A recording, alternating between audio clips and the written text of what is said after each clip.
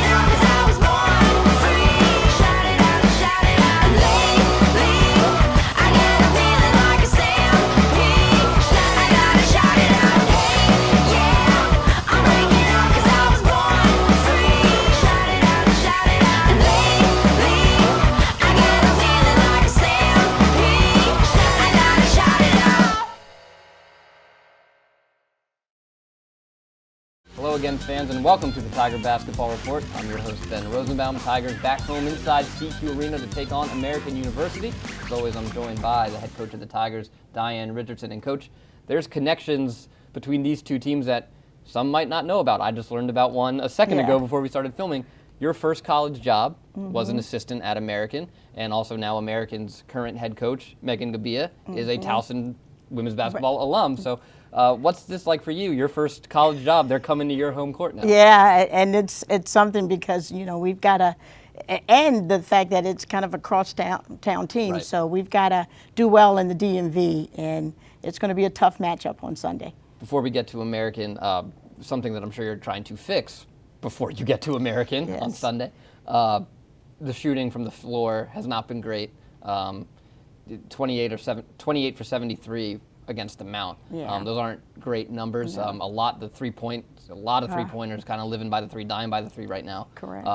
How do you address that? I mean, you got a couple players who just might be in a slump. I mean, Melo's still in double digits, Nikaya's still in double digits, but it's a high volume of shots to get there. Yeah, and that's exactly right. You know, we kind of stressed that again after Saturday's game. Today we went and did a lot of shooting, and you know, we're trying to encourage them to take more shots, you know, after practice as well, because our shooting percentage is just not where we want it to be. You know, it's taking extra shots, which takes extra work to get the numbers. How much of it is a rust thing of just not used to playing basketball games, not just practice, but basketball games, and how much of it is a mental thing of maybe Nikaya feels she's got to press a little harder, maybe Melo feels she's got to press a little harder? Well, I don't know what's going on in their minds, but I'm telling them no excuses. Let's get the ball in the hole. So, you know, I don't know if it's rust. It shouldn't be. I mean, we've had a preseason, so they've got to just settle down and take good shots and follow through in their shots as well, not rush things. We talk about practice. You've had them on the floor for months now. What did you think of your team before you got into the year? What did you know about your team? And now since you've played 4 games, now what have you relearned, or maybe something new has changed in your mind about the way your team plays? Well, I knew we had depth, and I knew we had depth at all of the positions, but what has really surprised me is them stepping up the challenge defensively. And we had a lot of transition. You know, we forced turnovers the other day, and we had a minimal amount of turnovers. So that has delighted me in a sense. And so I think we're going to capitalize on that. We've been looking for what is our identity, and I think it is our speed, both in transition and, you know, offensive transition and defensive transition. Looking at American, not a lot of tape on them out yet, just 1-1 on the year. A loss to Ohio University, but then a huge win over Villanova, where they really handled the Wildcats 76-54. What jumps out to you on the limited tape that you have on them? Well, I know that they're a system team, and they sort of play like Mount St. Mary's, and they're very system oriented, and Megan has them running their stuff, and so we've got to be able to defend for 30 seconds. 3 players averaging in double digits. You take a look at 2 of them, Jade Edwards and Emily Fisher, 24 and 22 against that game. Against Villanova, 2 very talented basketball players, 3 talented basketball players. You add in Caitlin Miani. You've got to stop them from scoring the basketball. It's kind of, you kind of take away 1 or 2 of them, you're going to have a better time. Yeah, and that's what we're gearing to do, to try to take it, you know, those opportunities away from them and see if we can't stop their scoring. What's the mood right now in the locker room? Because we mentioned it in the last show, Penn State probably should have won that game. Yeah. San Diego State should have won that game. they've got to be disappointed that they're sitting at 1-3 right now, and they've got to be really hungry to try to turn this thing around. Yeah, absolutely. And Saturday's game, going into that, the theme was, we can't wait. We've got to go ahead and take over and score the first punch. And I think they see that that's what happened this time, and we sustained that. So we've got to continue to think about that we can't wait. We can't wait for somebody to punch us in the mouth for us to react.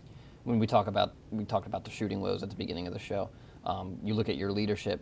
First person I kind of think of when I talk about leadership, obviously we think of Nakia, but Q Murray, your point guard, your floor general, all single season assist record. I mean, she's might be getting a little upset that people aren't dropping these shots right now. How has Q been in practice trying to help encourage and fix the shooting woes? She's been great, and she's always been a leader, and especially with us bringing 7 new players in, she's been very, very helpful.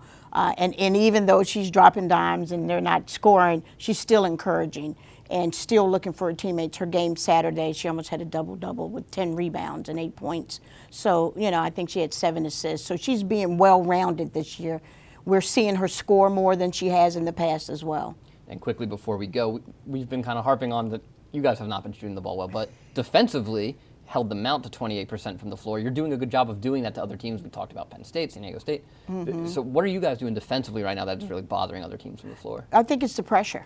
We're pressuring to make them take fast shots or, contested shots. And I think that's going to be the key to us throughout the rest of the year is our defense.